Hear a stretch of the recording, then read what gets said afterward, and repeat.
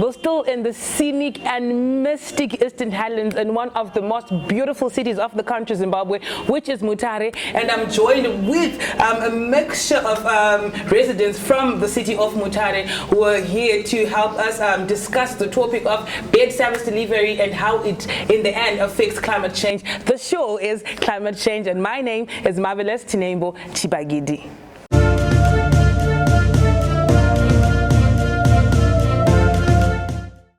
Like I mentioned, we are in the city of Mutare, Tiriyo, Kumakomoyo, and we're discussing the issue of bed service delivery and how it later on affects climate change. What do we understand? But not how climate change kana kuti kushanduka kwema miriro ekunze. Okay, I'll start.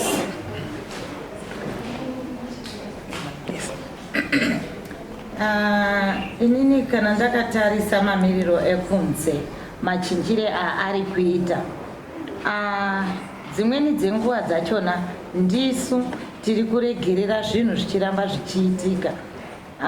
Chekutanga chandinoda kutaura nechacho, kuwadhi kwangu kwandinogara kwakabatana Florida neChipinge phase 1 tine wetland iripo.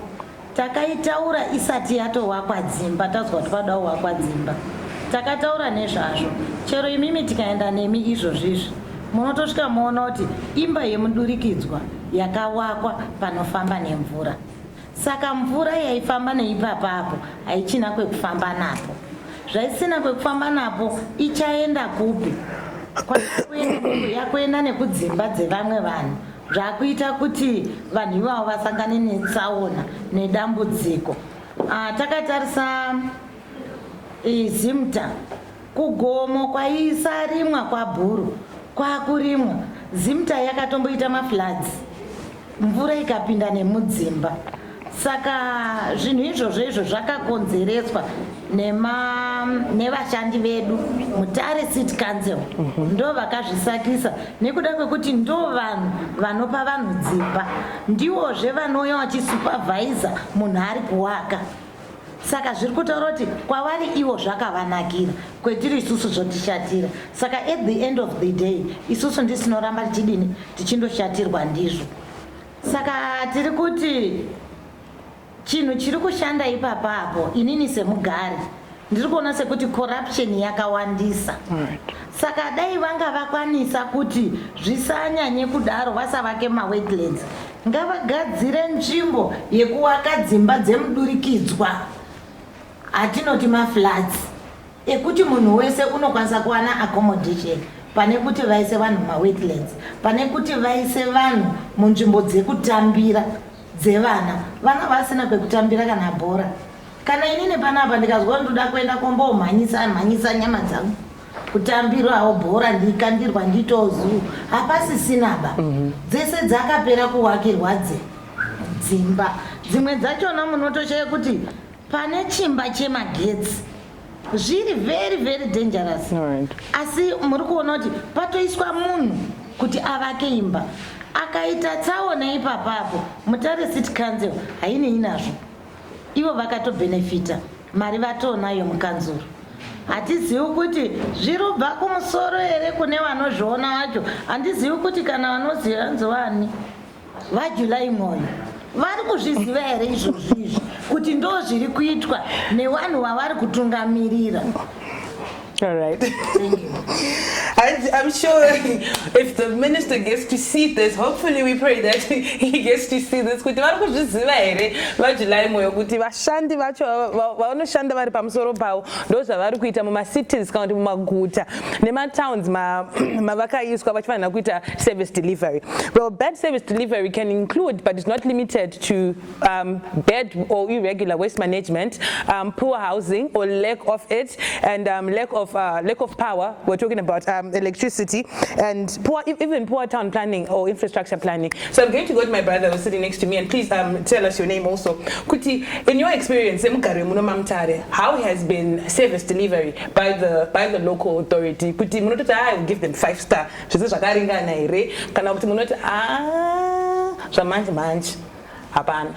Yeah, my name is Darling Sarwaka. I live in Ward 14, that's Chipinge area. Service delivery in Mutare has improved a bit, considering what we experienced in the last 5 or so years, going back. Collection of refuse was a non-event for the past 5 years or so. But now we have seen them coming in, collecting refuse. There are new trucks, but my concern is about dump sites, which have mushroomed everywhere. In every suburb, you find a dump site. Where I stay, I stay 2 houses away from a dump site. That has affected the area. Kids play there in terms of diseases. Kids are playing all over. They're going there, they're picking pampers, they're picking used condoms and all. And it's something which is not good for children who are playing around. So council should make sure that when they designate certain areas for dumping waste, they should collect it timelessly. But at the same time, those areas must not be in residential areas. Okay. They should be somewhere else which is not residential area.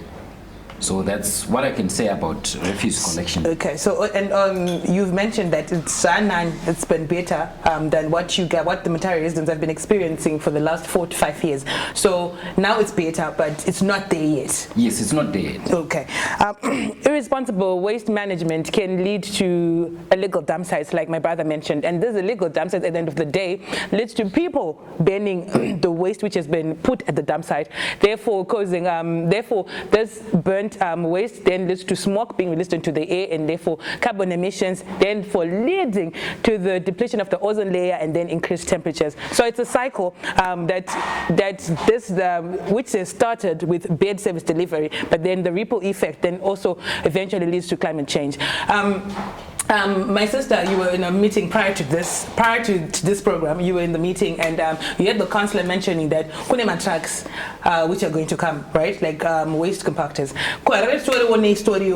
If you call Chipinge, they'll tell you, the spokesperson of the City Council, they'll tell you that Takaisa Mari, right? So the trucks are coming. Do you think that the council is that invested, or maybe there's a greater power above the council? It could limit how the council operates, or how the council's capacity to ensure that Mutare residents have got top-notch service delivery. Okay, thank you so much. My name is Faith Mpita. I'm from Ward 15. Now, panyaya iyo how council is handling it. I think we've been talking about the refuse for quite a long time. Vachiti they procured my trucks, my refuse trucks and whatnot. But unotoona kuti we've been talking about this since last year. But up to right now, you find out kuti tichingorine the same. Achiri munzira. Achingorine nanasasati asvika. Tikada kukomenta on the issue of refuse collection. My trucks they are very, very limited. And vanoti izvo vane a timetable yeku collect refuse.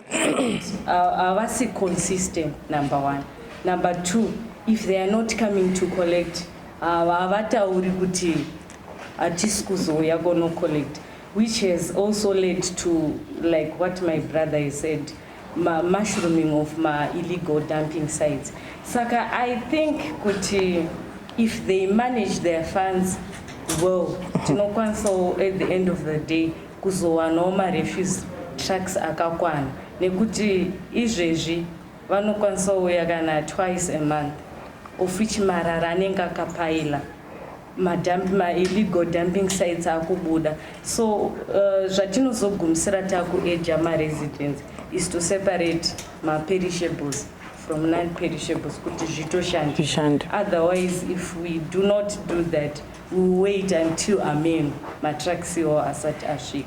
Okay, thank you, my sister. I know my brother here is very passionate about the issue of water as one of the services that are given by the council. But before I ask him about the service delivery of water, she mentioned how they can convince residents kuti organic waste apa so that no rasa to kuti ma pills ede mapotito zachaora izvi ma diapers ne ma plastic ede chingwa twesa kuti zotakura ne council. Do you think kuti chinhu chekuti chingatobatwa kutoti kuchikanga isusu kana kudanga mvura vanhu toti pamba potitwa mutemo vanhu to investa kuti zvishamba panapa nekuti mai vataura takuisa zvinhu zvinoora tikuzvirasa kana kuti mugomba panapa asi izvi ma plastics ne zvinotsva ndo zvisingaori takuzvisa pazvo zvega. Do you think kuti people in Mutare and then Zimbabweans in general could actually grasp that concept votoibata so that we preserve our environment and in a way tomboreduce climate change?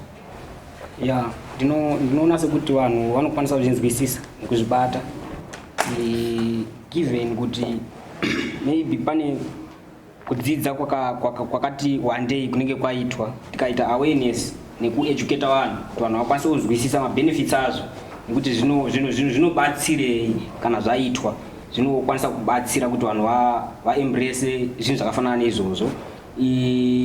Paine example yekuti mukatarisa zvakafanana nemakeni esimba aya unotenga ine ana dragon chichi yakaona mazuva anaya kune vari kutenga vanotenga vaya vanoziva kuti vanenge vaine kwavanozviendesa. So mumaraini dzimwe nguva unozoenda kuona kuti pana mwe anenge achiti kana ukaita 90 kg yezvinhu zvakadai so chakupawa $50.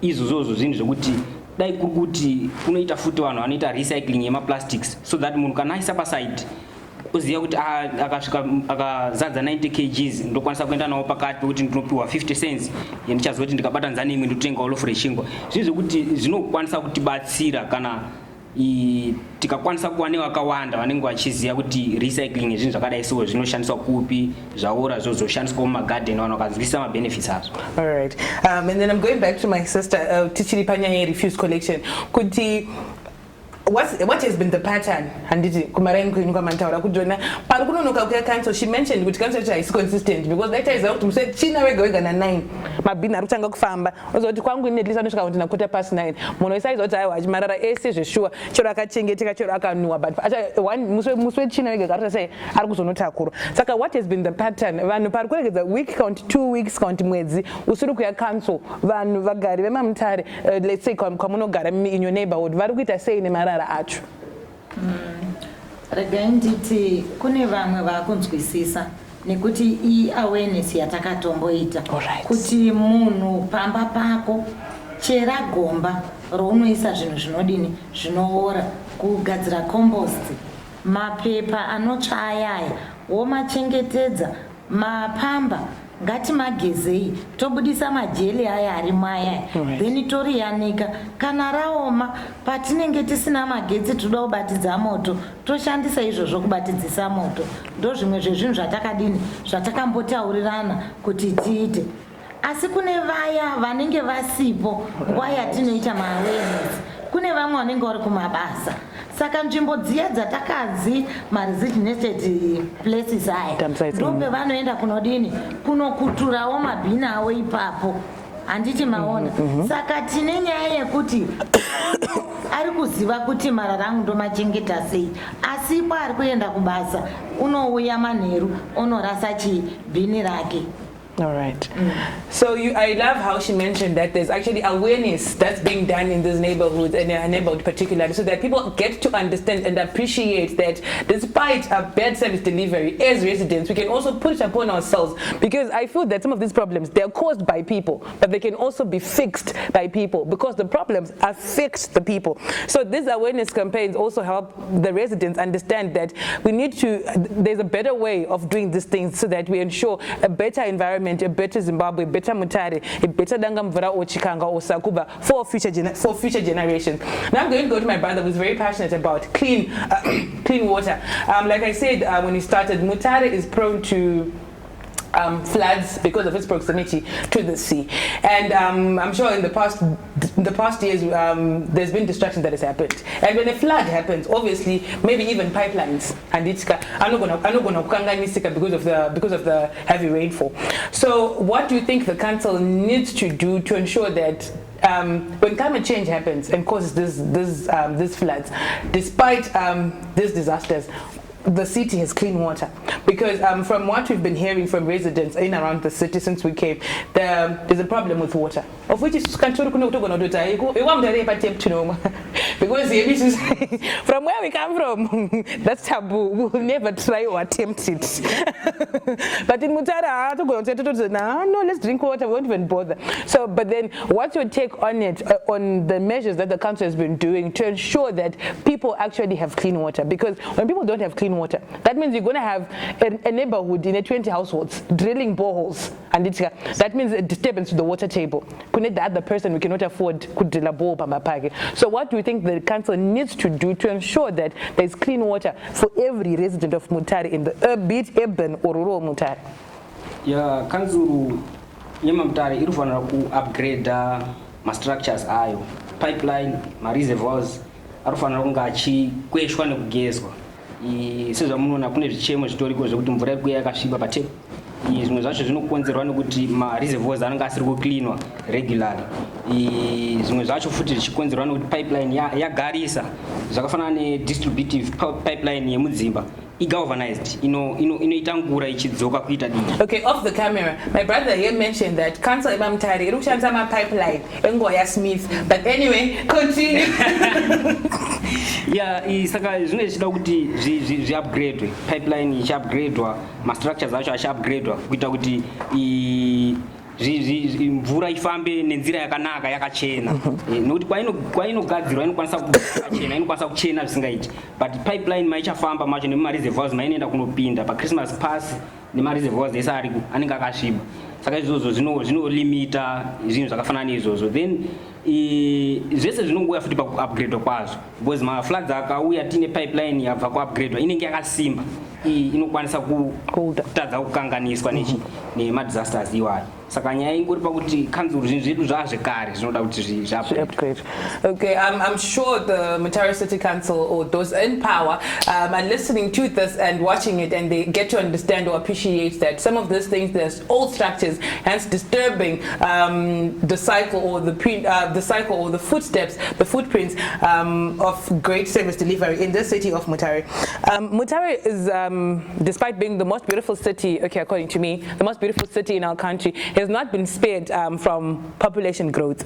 We know we've got people migrating to big cities like Harare, but I'm sure Mutare has also had an experience. The population that was there in the last census is definitely not the population that we were getting in the 2022 from the results of the 2022 census. So that means this, with the growth of population, there's demand for households, there's demand for land. Like she mentioned that yes, people need land, but then instead of us giving people personal residential stands, we can do flats instead of that. And so that recreational center, breathing space, because every city needs breathing space. Either way, I think that so my brother, what's your take on people then settling on wetlands? Who is giving these people this land? Because people settling on wetlands then disturbs the water cycle, then disturbs the rainfall pattern. So who is giving these people these lands? Because it might be an issue of corruption or whatever, but at the end of the day, it also then leads to climate change. So who do you think is giving these people the land, or where is the discord? What's happening? Yeah, I think council is to blame. Firstly and foremost, council is to blame, because they're the ones who are responsible for parceling out land to residential seekers who are seeking land, and also the person who's being given the land has a problem also, because when you look at it, like my sister was saying, we have Florida there where there was a wetland house which was built there, and when the owner wanted to settle in the house, water was coming out like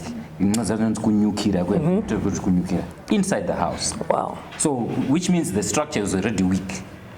So most of the structures which were built on wetlands, they are weak because they're not built to the standards which are required to build on an area which is wet. So one, the landowner is to blame, and council is the major stakeholder who gives land. So council should not then come to residents and try to batter them and apportion the blame to them, but because they're solely responsible for parceling out land. And the issue of urban settlement, like you're saying, Mutare has not been spared as well. We've seen a lot of areas being given as residential areas, but in those areas there needs to be development. We don't have adequate structures to cater for those people who are migrating from certain areas coming to the, like for example, we have Chipinge, which has grown so big. We have one clinic in Chipinge, which caters for more than 8,000 plus people, and it's only a clinic. It's a small. It's not even a hospital. Yeah, it's not even a hospital. There are no areas which are being allocated, like in Hope House, as you have heard previously, that council has actually resorted to renting a small house to put a small clinic there. Instead of just parceling out land, they should have certain areas for certain things which are basic, which are required by every citizen who lives, like a police station. You find when you want to report a crime, you have to go for more than 5 kilometers to report a crime which has happened just close to you. Yeah, there should be a police station which should be there, but they are only concerned in giving land to people who are just going to be paying out monies. And like you said, we should look smart. We're talking about the smart cities. We should build going up rather than going wide, because when we go wide, that's when we start cutting trees and affect the environment. The environment. Yeah. Okay. Thank you very much. You mentioned it's a cool word, but then he's mentioning about thinking smart, and expanding smart. Instead of the Mutare City Council expanding widely, they're saying they should expand going up. That way, we don't cover much space. I think, my sister, I'm going to ask you almost the same question, because there was a case of people in Mutare South. I think it's Mpuma, an area whereby people settled close to clogging the water source for people who were already there. And those people were growing bananas and their livestock and everything. So do you think people actually have the know-how of the effects of their settling on wetlands, or the effects of settling on this very close to water sources and disturbing the waterway? Do they understand? Or it's simply that people in Mutare, like other Zimbabweans, just think, you know what, climate change, it's just something that does not affect me. It's a global phenomenon. It's a global scientific phenomenon. But do people have an understanding of the effect that this has on climate change? Okay. I don't think that people has the knowledge on the effects of building on wetlands. They need to be educated, because there are a lot of desperate home seekers. All they want is a stand to build a house, but they do not. Yeah, but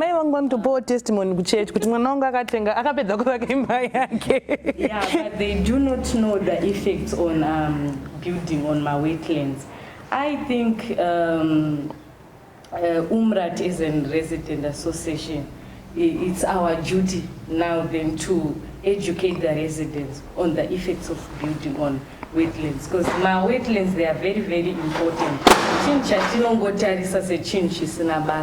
But they act as water reservoirs, and they replenish my rivers. So you find out kuti my areas angachitoro, for example, Anazimta, Greenside extension, kukanyatsa kunaya mvura chayo chayo. Floods anoitika ikoko amuzombonikana kuzviona. So those are my effects ekuvakira on my wetlands. My residents edu, they need to be educated. Nekuti extend unoipiwa, but waipiwa ma problems aunozosangana nawo ipapo akato wanda kudarika mari unongopisa. So I think vanhu havanyatsi kunzwisisa nekuziva my effects on my wetlands. They need to be educated as well. Okay. Sorry. Okay. Then there's another issue of people who are downstream.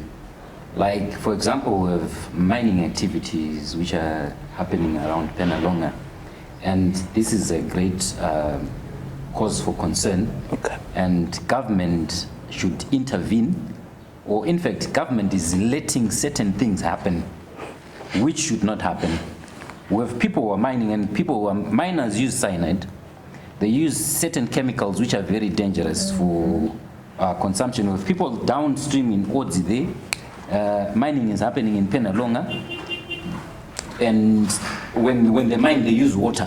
That water is going downstream, and people have lost their livestock as we speak because of certain chemicals which are being used. But I think our government and politicians should stop this habit of politicking using our lives.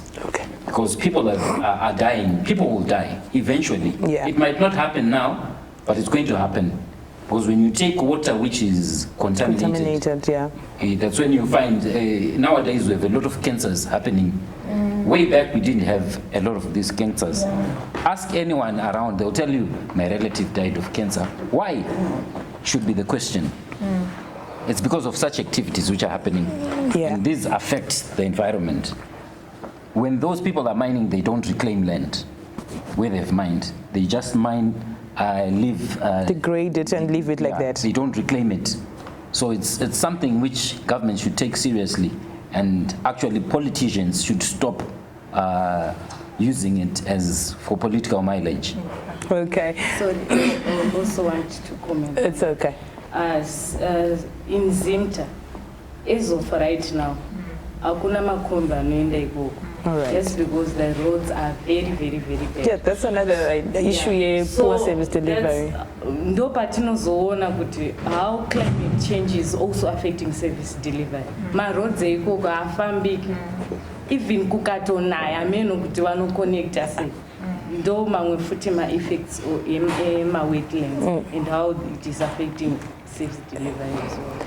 And I like how you mentioned chemicals like cyanide. So you know what, cyanide yakarambidzwa. But then the problem is that when you then restrict, when you tell me, Kuti, you can't do this, give me another option.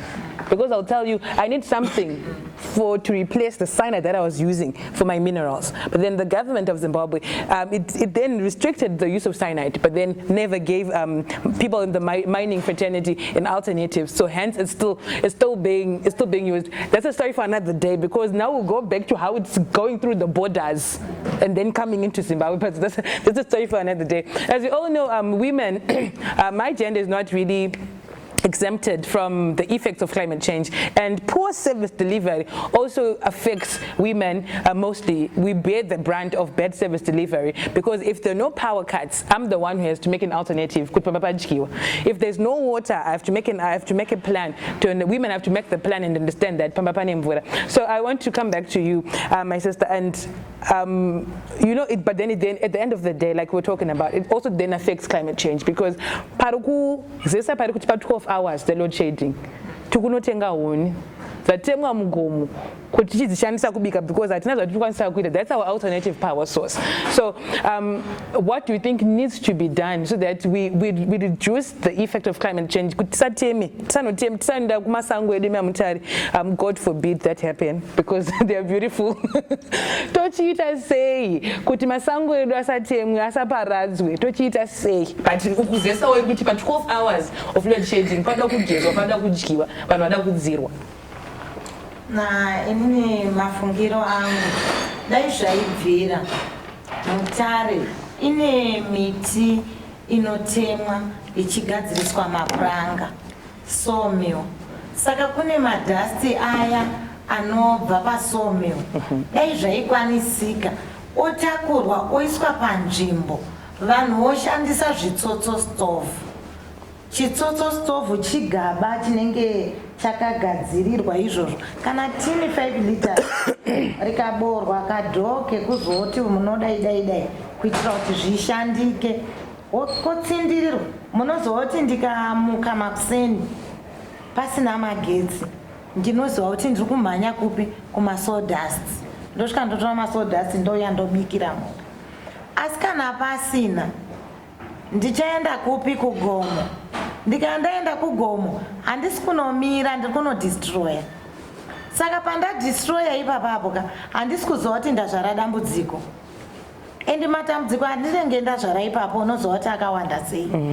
Wani nguva yandiri kuenda kugomo kureka uko handiti. Nguva yandichadzoka kumba baba vanenge vatova kumba. Pamwe kwasviba tobva tatopinda mugender based violence. Handiti. Wani inini ndiripo kana kuti mai vakafa pane vana baba varipo. Vana vangu vasikana vachaenda kupi kugomo kuhuni kuruzobuda nyaya dzerepu. Vana vorepwa ikoko vaenda kuhuni. Saka zvine matambudziko akati wandei. Saka dai zvaibvira zvitsotso stovhu ngazvishande chero muno mudhorobha zvisangoite kumusha chete nekuda kwekuti magetsi tikuzvijusira yesi asi tiri kungodini tiri kundosheyiwa hatisi kundomashandisa zvatinodaba. Saka ngavatipe mukana wemasawdust nezvitsotso stovhu ndokuitira kuti tishandire pamwe chete senyika. All right.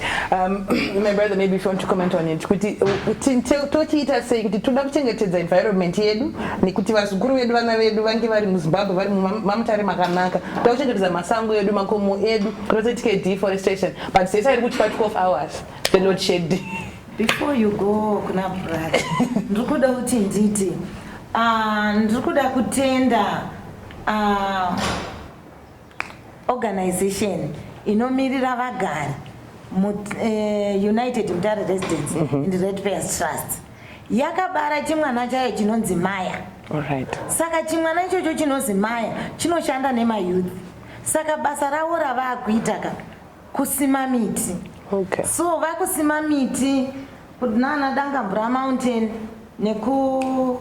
nekupoluko nemurahwa hill vari kusima miti semayouth kuitira kuti guta redu ridzoke pekare paya.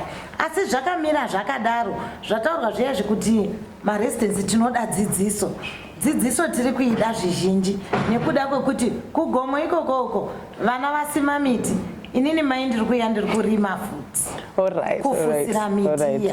So tiri kuti awareness ngaipfuurire mberi vana vachishanda kudzosera pekare paya awareness ichipfuurira mberi kuitira tobva taziva kuti izvi zvakanakirei zvakashatirei.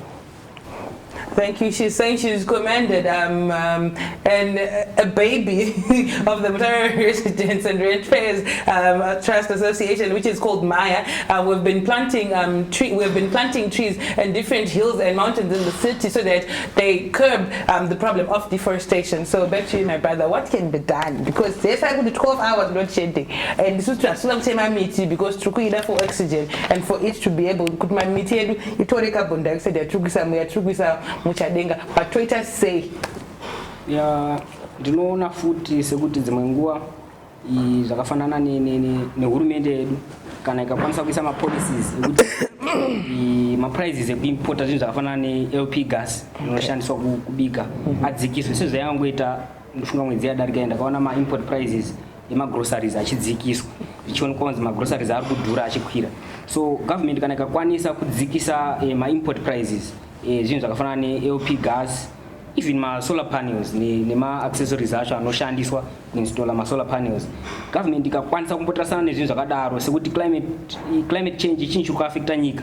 Tikatoona segore rineri mvura yakanonoka kunaya isingaiti and kune nzara because of that. So government inofanira kuconsider zvinhu zvakafanana neizvozvo yotoona kuti dzimwe nguva mari yatiri kushandisa pakuzoimpota magwere ekuti anhu aone chikafu inokwanisa kunge yakawandisa than kungoenda kunodzikisira import price yeLP gas then vanhu vototanga kushandisa gasi. Unoona kuti dzimwe nguva futi vanhu vachatotiza magetsi aya kutowandira kugasi riya. Izvo zvinoita kuti even magetsi acho kuti akashomeka munyika anosarawo asina use yakaremera stereka asina burden. Izvo zvinokwanisa kutibatsira senyika. All right. So you mentioned sustainable energy sources like LP gas. So you're saying if the government subsidizes the charges from importing things like gas or solar panels and accessories that are used, maybe then it will also make sure that residents are not going to the hills and the mountains to fetch firewood. That means we're preserving our mountains, we're preserving our forests. In your closing remarks, ladies and gentlemen, please make it brief. So what do you think needs to be done by our local authorities so that there's good or smooth service delivery? The hence that when we have smooth service delivery, then the effect of climate change is a bit reduced. I don't know who wants to take this one first. What, in your closing remarks, what do you think that the Mutare City Council needs to do so that there is smooth service delivery, and then at the end of the day, we're curbing climate change? Basically, I think Mutare City Council should be transparent. That's the first and foremost thing. Where there's transparency, people have confidence in you, and service delivery will actually be easy because you have a relationship with your consumers, or I can say your customers, because we are the customers to Mutare City. And the money is also being used for the right things. Yeah, and that is for the right things as well. And probably in terms of climate change, like my brother was mentioning about solar panels, and that's an alternative energy source we should be considered. And it is my humble suggestion that when people are building, it should be made law that they should actually install a solar system. Because where we're going, like we know Mutare, Manicaland as a whole, we are known for timber producing. But for the next 10 years, we might not have timber in Zimbabwe. We might be importing timber because of the land degradation which has been happening and all. So we should replant and seek alternative sources for energy, because that's the major cause for cutting down of trees. Yeah, right. Okay. So what I think Mutare City Council should do to improve service delivery, firstly, Pama projects are, they should not partake so many projects at one time. One of anongot, if you are going to buy my refuse trucks this year, ngatingoite zvema refuse trucks, then kuti tinoita ma projects akawandisa togumisira pasina at the end of the day chata achieve. Then on my issues to do with climate change, they also should make sure that they do not allocate stands on wetlands, so as to protect my wetlands edu atasara now. Thank you. All right. Kanzuru inofanira kufighta corruption.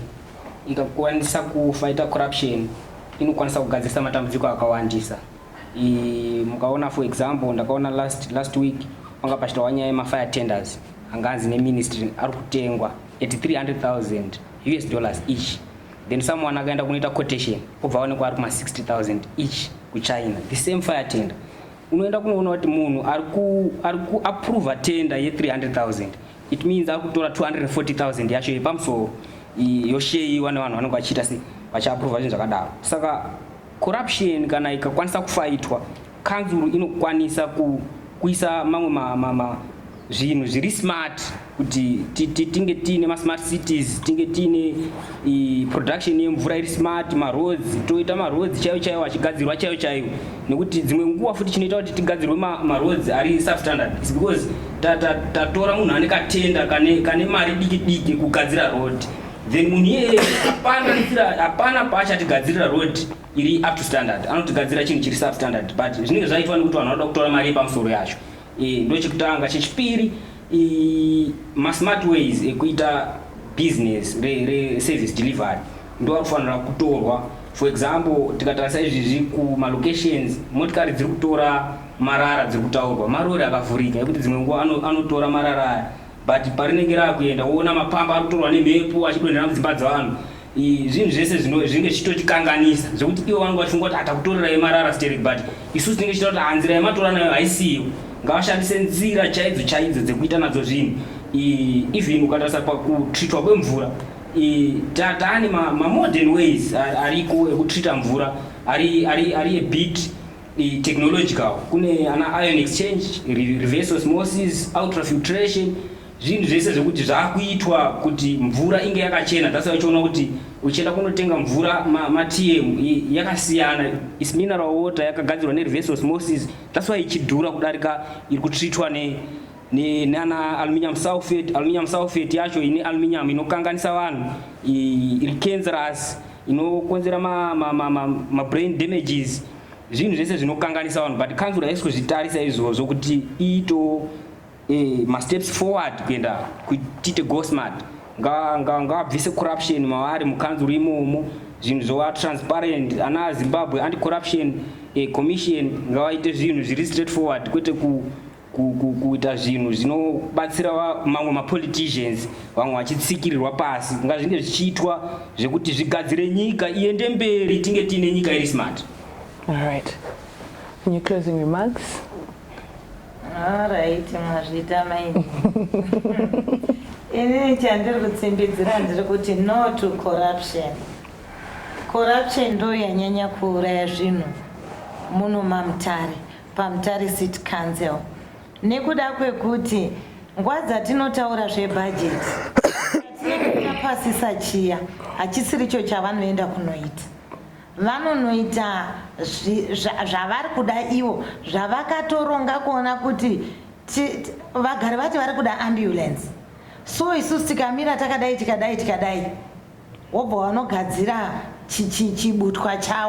chibutwa chavo chiya ichi woziva kuti tikati left right inenge iri kudini, inenge yakangomira iri uku, iwewe left usasanyanye kuramba uchidongorera kuti right yaita sei. Ndo patiri kutsimidzirana neMutare City Council kuti ewo wana mainini nana baba nini ipapapo tapota nyuchi kana yakaruma ikasiya kamborera, tinozoti kamborera kakasara unobvisa, ukanga wakabvisa wokwiza zvenekauswa kuti pasarambe pachirwadza handizve. Saka ndozvetiri kuti Mutare City Council pane nyuchi dzakaruma, kamborera kakasara, saka isusu takabvisa tumborera, chiitai vanhu kwavo, chimirai paidi remaidi. Kana pakatengeswa wetlands, pamawetlands aya akanga atengeswa, wambopatengesa iwewe hauna kupaona here, hausi kuzviziva here kuti panomborevei uye pakamirirei. Uyezve pamuri kuuya paya pamusupervisor kuti foundation yacherwa, uri supervisor chii iwewe wauya kuno supervisor imba lendi yatengeswa pamvura, uri supervisor chii? Saka tiri kuti no to corruption, no to corruption. Ndahwiridzira zvekuti corruption ngairegerwe. Tikuda zvinhu zviri transparent. Chero tikaita audit zvabuda muaudit ngazvinakire resident, ngazvinakire iwewe mushandi, ngekuti vanhu ava vari kukanganwa kuti vari kushandira isusu, uye pei dzavari kuhora imari dzedu. Ndofunga vanombozvikanganwa, uye tiri kuti makanselas edu tinomasarudza kubudikidza nepolitics. Asi kana tamusarudza papolitics, kana maenda kukanzuro ngavazive chihambire kuti ndatumwa neresident, saka zvandatumwa ngandiite zvandatumwa, ndodzoserazve kwazvabva. Vakatanga makansela edu akatanga kumira pachokwadi, zvinhu zvese zvinoita zvakanaka mukanzuro. Saka ndo zvandiri kukumbirisa zvizhinji. No to corruption. Transparent first. Thank you. There you have it. The residents of Mutare have heard out their concerns, and which are ranging from raising awareness, reducing corruption, not reducing but stopping and putting an end to corruption so that it ensures better service delivery, and in the end it also ensures that there's reduced effect to climate change. So that was all from us from the mystic and beautiful city of Mutare for today, and we're discussing the effects of bad service delivery on climate change. And from me, Marvelous Tinembe Chibagidi, and the guy behind the scenes who always wants me to mention him and always gets hurt when I don't mention him, it's goodbye for now. You are watching Planet B.